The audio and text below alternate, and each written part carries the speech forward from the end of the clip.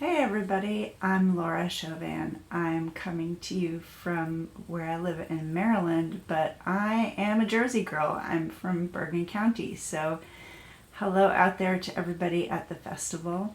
I'm a middle grade author, and these are my books. The Last Fifth Grade of Emerson Elementary was my first book. This is a novel in verse about a group of kids who try to save their school from being closed and demolished. And I'm also the author of this book, Takedown, which is about the first girl on an all-boys wrestling team and her relationship with her wrestling partner, Mickey and Lev, their names are. So I hope you pick up that book. But today I want to talk to you about my new book, which just came out in August. It's called A Place at the Table. And I wrote this book with my friend Sadia Faruqi, because I'm a first-generation American and I wanted to write a story about being from a family where I had a parent who wasn't American. My mom's from Great Britain. And just about her experience being an immigrant and getting her U.S. citizenship. And I thought that this was a bigger story than just my family's story, so I invited Sadia to write this book with me because my friend Sadia is from Pakistan and she is now a U.S. citizen and her kids are first-generation American. So A Place at the Table is about two girls, Sarah Hamid and Elizabeth Shanemark, and they meet at an after-school cooking club at their middle school, which is set here in Maryland. Sarah is new to public school. She's been going to a small Muslim school in her community since she was a kindergartner, and she is here at this big American middle school, public middle school for the first time and feeling quite overwhelmed, and she deals with it by shutting down and not really making friends with anybody, just kind of concentrating on her schoolwork. And the character that I wrote, Elizabeth, is home after being away at summer camp, and everything in her life has changed. Over the summer, her grandmother passed away, her mother's been dealing with some depression, and her best friend has somebody new, a new friend that she's interested in. So when she gets to school, it feels like everything in her life has changed. And she wants to deal with this problem by cooking, by doing something that's nurturing for her family, but she doesn't know how. So when Sarah's mother starts an after-school cooking club, Elizabeth signs up for it right away. So I thought today I would read to you a little bit from this story, and then we could cook one of the dishes from this book. So I'm going to read a scene from later on in the story. In this book, Sarah is Muslim, as I mentioned, and Elizabeth is Jewish. And so they do a lot of cooking together at school, but they also cook together in each other's homes because this is a story about sharing our cultures and getting to know each other through food and the things we can share from our cultures. So let me read you this scene, and it's toward the end of the book, and it takes place during Hanukkah. And the thing that the girls are going to make is not latkes, it's another special Hanukkah treat. So let's hear a little bit from A Place at the Table, and then we'll get cooking together. This afternoon, Sarah and her mother arrive wearing identical outfits. Jeans with floral tunics, plus Mrs. Hamid's bright pink hijab. I introduce them both to Bubby, that's Elizabeth's grandmother, then point to the family room. Mom's in there, Mrs. H. She holds up her tote bag. I made lots of notes, she says, hurrying away. It took them long enough to get serious about that citizenship test, Sarah says. She's carrying a grocery bag with coconut flakes and pistachios to garnish our, and I'm going to leave that blank because that's a secret in the book. Interesting ingredients, Bubby says as she sips her coffee. I can't wait to watch you two in action. While we roll out and cut the donuts, Sarah calls Rabia, her best friend, for a video chat. Hello! Rabia's smiling face fills the screen. She insists on staying online while we cook. Someone has to make sure you guys don't burn the house down, she says. Don't worry, my grandma is in charge of the fryer, I tell her. After we say goodbye to Rabia, it's time for Bubby to help fry the donuts. I wish I could freeze this afternoon in my memory. The sound of the dreidel spinning on the table, the way Mrs. Hamid and my mom's laughter carries from the other room, even the longing glances Robin Hood, that's Elizabeth's dog, gives Bubby, hoping she saved a bit of Hanukkah donut for him. Your Bubby should sell her recipe to my mom, Sarah says. Okay, everybody, welcome to my kitchen. We are going to make sufganiyot, Hanukkah jelly donuts. The first thing that we're going to do, the first thing I have to tell you is the recipe is available on my blog. So you'll find it there, and it's got a cute little recipe card that you can print out and everything. So let's get going. The first thing that we're going to do with this recipe, I have all the ingredients out over here. I'll show them later. But the first thing we have to do is activate the yeast. So you will use this kind of yeast for this recipe, which is the active dry yeast. I did want to say that there's also a kind of yeast that I use, which is used in sourdough, which is a live yeast that I feed when I'm ready to cook it. So this one is not dried. It's always activated and really fun to cook with. And what you do is you get some warm water to activate the yeast in, and I just stick my finger in it, although with COVID you probably should not stick your finger in the water, but it should be about as warm as you would have for a baby's bottle, so not too hot. And we're going to just following the recipe that's on my website, we're going to take these little yeast, which are related to the sourdough yeast that I showed you, and we're going to drop them in here. And they take about 8 to 10 minutes to activate. So when they're active, they should look kind of fluffy and foamy. And I'm going to stir that, and then we're just going to let it sit for 10 minutes. All right, so while the yeast is blooming, we are going to combine some of the other ingredients together. So I'm going to put in milk that I warmed up, and it's that same temperature, like baby bottle temperature, so not super hot, just warm enough that it's just like a little bit, tiny bit warm when you touch.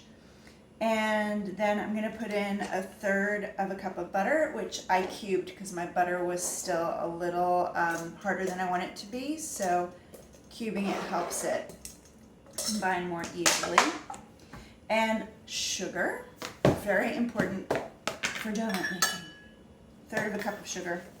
Again, this recipe is on my website and on Sadia's website as well. So you can find it there to get all the ingredients. And egg yolks, I've got 3 of them, and I've reserved one of the whites for later. And I'm going to add in salt, and that's 1 teaspoon of salt. All right, so I'm stirring those ingredients in, and then I'm going to put in the look at that fluffy yeast. Woo, very frothy. And I will get my electric mixer and mix all of that until the butter is combined with everything else. And then we're gonna add 3 cups of flour. All right, so I have my dough.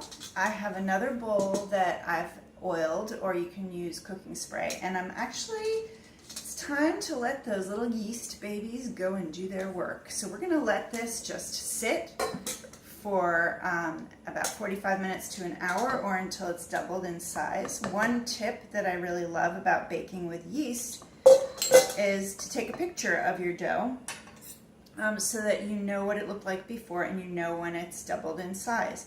Now my dough is looking a little bit looser than I'd like it to, and it's probably because I think I made the milk a little too warm and it melted the butter a bit, so we'll see how that goes.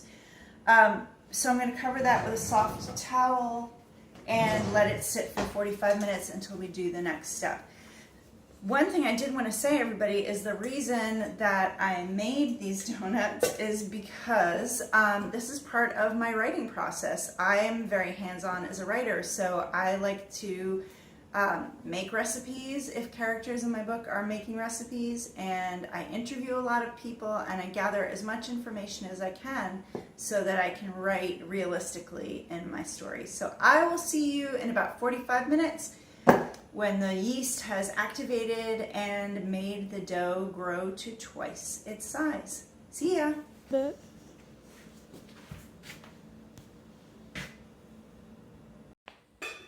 Alright, while the dough is rising, I thought we could take a break and I could introduce you to the real life inspiration for a character in my book, which is Robin Hood, Elizabeth's dog.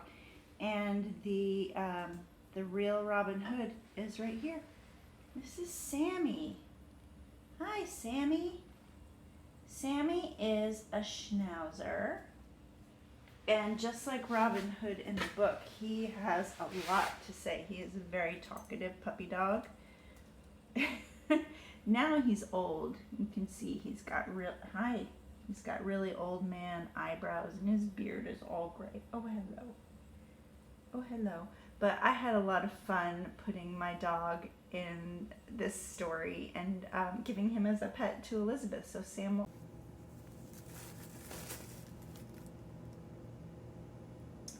Alright, so I'm going to put some flour on my work surface here.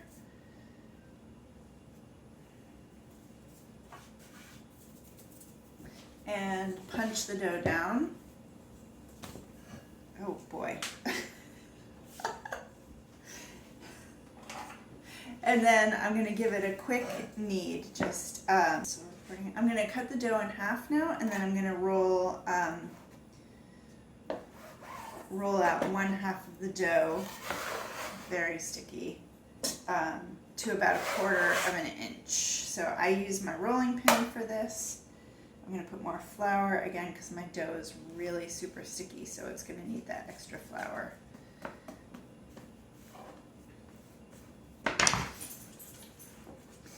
So I have a glass over here, and I'm just going to cut out circles with the glass with this half of the dough and put them on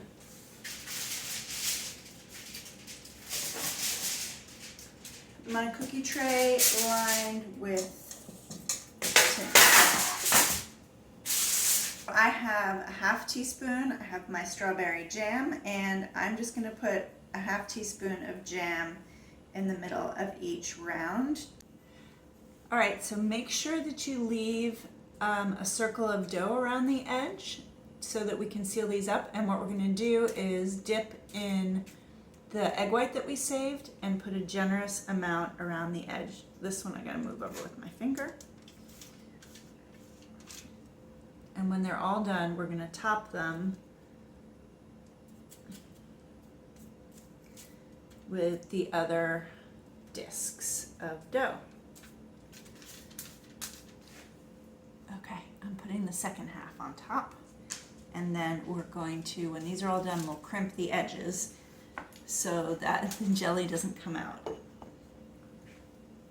Alright, so I'm just going to crimp these edges so that the jelly doesn't leak out, and it's going to look kind of like the edge of a pie crust, or, as the recipe says, like giant raviolis, except not with cheese, but with jelly. After these are all crimped, we're going to let them rest again for 45 minutes. Now is a good time if you have a fryer to get it started, or if you are frying in a pot, get an adult to start bringing it up to temperature. You will need some kind of a candy thermometer so that you know you have the right temperature for when it's time to fry the donuts. The donuts have finished their second rise, and I have the oil coming up to heat over here with my candy thermometer in there. And while I'm waiting for that to heat up, I'd like to show off my beautiful apron. Yes, I know you were wondering, why Laura, how did you get that amazing apron with your book printed all over it? It was a gift from my critique partners, and they have been so wonderful and supportive. So If you do, we do it too, and sometimes your peer reviewers give you a really fun gift that goes with your book. So I've got the fryer going, I've got the candy thermometer in there, the temperature is up to 370. I'm gonna kind of play with the level of the heat to keep it steady at 370. I've got my first batch of donuts coming out. The dough was, as we said, the dough is a little wet, so they're not as beautifully shaped as I would like, but I don't think anybody at my house is going to complain. So I'm going to fry these and show you the finished product in just a second. All right, so I got about 16 donuts out of that recipe. Again, you can find the recipe Bubi Sufganiyot on my website, on Sadia Faruqi's website as well. And I think it's time that we give these a try. Put them down first. So I just dusted them with some powdered sugar after they were fried, immediately after they were fried. And I'm ready. I'm going to have this little one over here because then I will be able to have another because this one is little. Ready?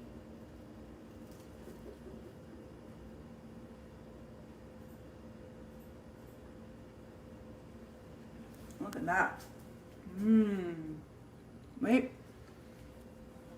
Didn't get any jelly in that bite. There it is.